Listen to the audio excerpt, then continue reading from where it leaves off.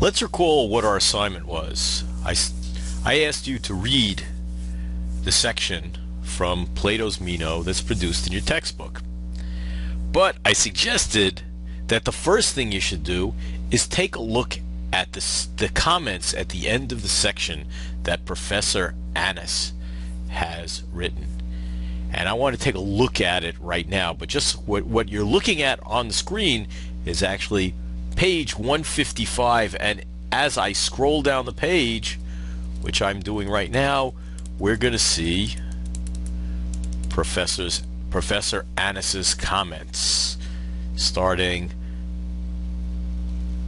with the first passage, meaning Plato's Meno, is a famous one that has influenced a number of philosophers, not just in the ancient world, but also in the early modern period, such as Leibniz. Socrates solves the sophistical, quote, paradox of inquiry. It's pointless to inquire whether you know what you were inquiring for or not, by showing that it's possible first to come to have true beliefs about something and then to proceed to knowledge of it. Socrates guides a boy who knows no geometry through a simple proof, so that he first comes to see that his suggestion must be wrong, and then that Socrates' suggestion must be right. He has true beliefs. If you were going over the proofs and others, Socrates says he would become able to do this from his own resources without relying on Socrates or anyone else, and then he would have knowledge. It's not an objection, as some have supposed, that Socrates asked the boy leading questions. He himself has precisely picked someone who could work out the right answer for himself. On to the next page, I hope. And needs initial guidance. The passage shows that he can come first to follow Socrates in working out the right answer, and then come to understanding the answer for himself in the later passage. Socrates says that it is, quote, giving an account of reasoning why that ties down true beliefs and turns them into knowledge, and it is this that the boy has to be able to do on his own account before he can truly be said to have knowledge. Socrates also says that the process is, quote, recollection, recovering knowledge that you already had. For the boy to come to understand the proof is for him, for his soul, that is, to recollect what it knew before his present life.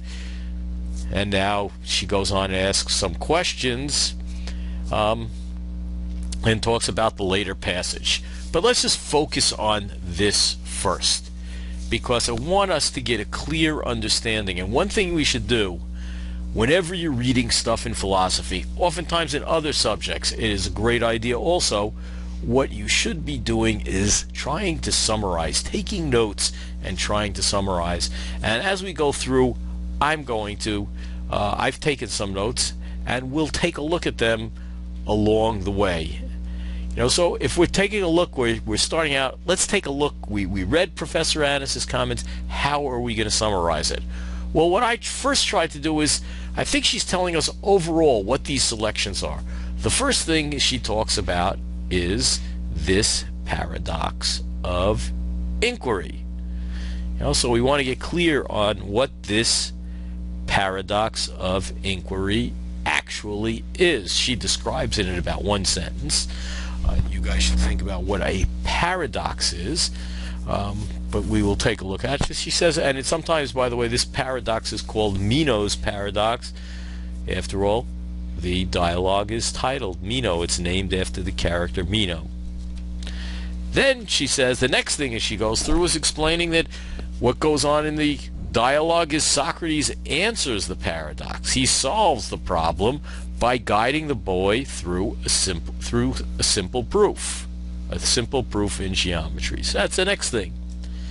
And then she says, well, the boy goes from true beliefs to knowledge by recollection, that is, recalling what his soul learnt in a previous life.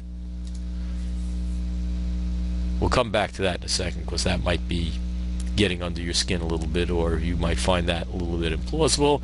And finally, in the Meno, they go through an example of true belief in knowledge, having to do with true belief in knowledge with respect to the road to Larissa, Meno's hometown. I mean, number C is probably bothering you, and if it's not, it should be, and I'm going to make it bother you from this perspective. We'll be talking about more about that in a second. He goes from true beliefs to knowledge by recollection, recalling that his soul learned in a previous life. Well, I'd like you guys to sit down and just for a minute think about this, and actually take a piece of paper out or take your computer out and write down what exactly your thoughts. Number one, do you think that you're recalling things that you learned in a previous life? And let me back up a little bit. This is a doctrine. What is it that we call? Write this down. What's this doctrine called? You can always stop the video, write something down, and start it up again. The doctrine is called reincarnation. Now, as all of you in the class are reading this, how many of you think that reincarnation is correct, that you have been reincarnated? Imagine it's not a lot of you. So this should be particularly troubling, because Plato's account of knowledge, it looks like, in the Meno, depends on recalling what happened in a previous life or several previous lives back. Immediately, when you hear this paradox, you're going to be a little bit perplexed by it. And what's going to sound even crazier, perplexed, by the way, is the word means confused. You're going to be a little confused by the paradox, because it's going to be really strange. But what's even wackier, what's even odder, is Plato's answer to it. And we're going to have to take a pretty close look at that and consider exactly how he is trying to answer that.